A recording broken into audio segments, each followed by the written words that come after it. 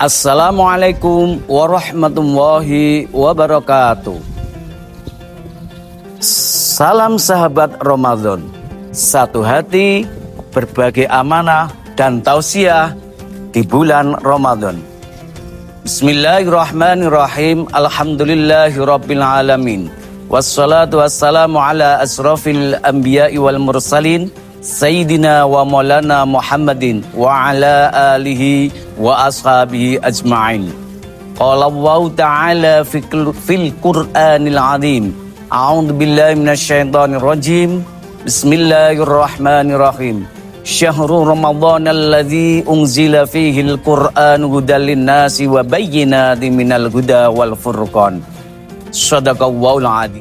Sahabat Ramadan yang dirahmati Allah Subhanahu wa Ta'ala, marilah pada kesempatan bulan ini kita senantiasa memanjatkan puja puji syukur kehadirat Allah Subhanahu wa Ta'ala, yang mana pada kesempatan kali ini kita masih diberi iman, Islam, kesehatan dan umur panjang sehingga kita dapat melaksanakan amalan-amalan ibadah puasa di tahun ini.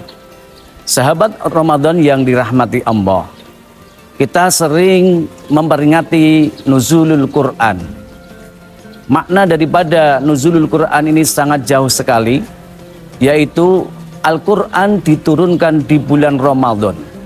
Tapi esensinya atau isinya atau fungsinya daripada Al-Quran itu harus senantiasa menjadi pedoman hidup bagi umat manusia, khususnya umat Islam.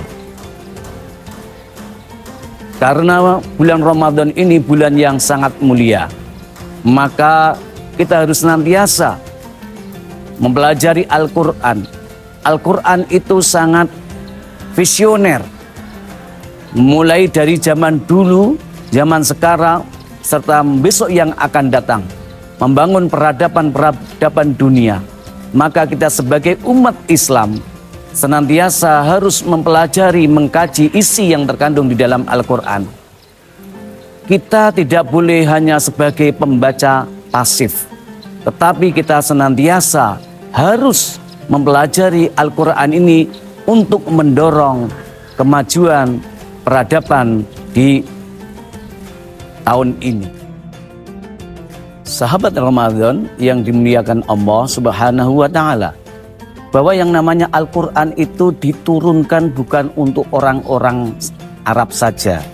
Akan tetapi Al-Quran diturunkan sebagai hudal linnas untuk seluruh alam di dunia ini.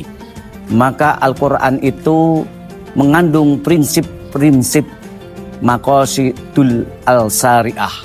Maqasid al-syariah ini sangat penting sekali, yang acuannya bersumber dari Al-Quran.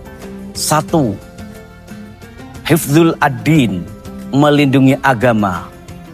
Bahwa agama itu diberikan oleh umat manusia, senantiasa memberikan kebebasan-kebebasan dan menjamin kebebasan umat beragama.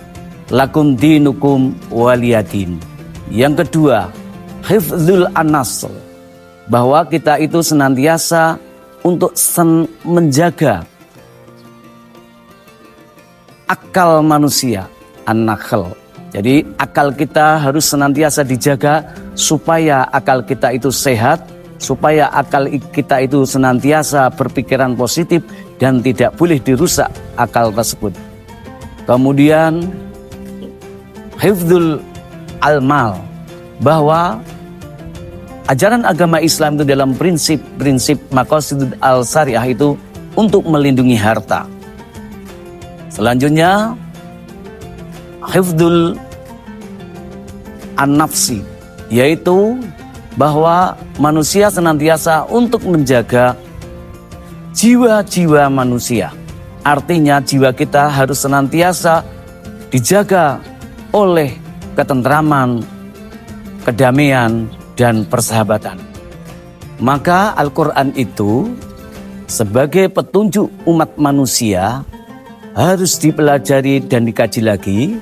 Kita sebagai umat Islam tidak pasif membaca Al-Quran, namun harus kita kaji, kita kritisi, kita pahami, dan kita amalkan. Karena Al-Quran itu bagaimana manusia itu berinteraksi dengan Al-Quran.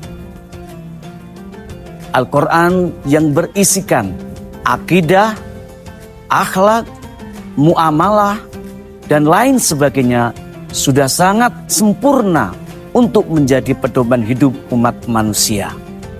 Sahabat Ramadan yang dirahmati Allah, sekali lagi kita sebagai umat Islam harus senantiasa memahami ayat-ayat Al-Quran secara tertulis, secara verbal, untuk memahami keimanan kepada Allah Subhanahu wa Ta'ala. Juga termasuk ayat-ayat Allah yang sifatnya kauniyah. Terima kasih atas perhatiannya. Mudah-mudahan mendapatkan manfaat. Assalamualaikum warahmatullahi wabarakatuh.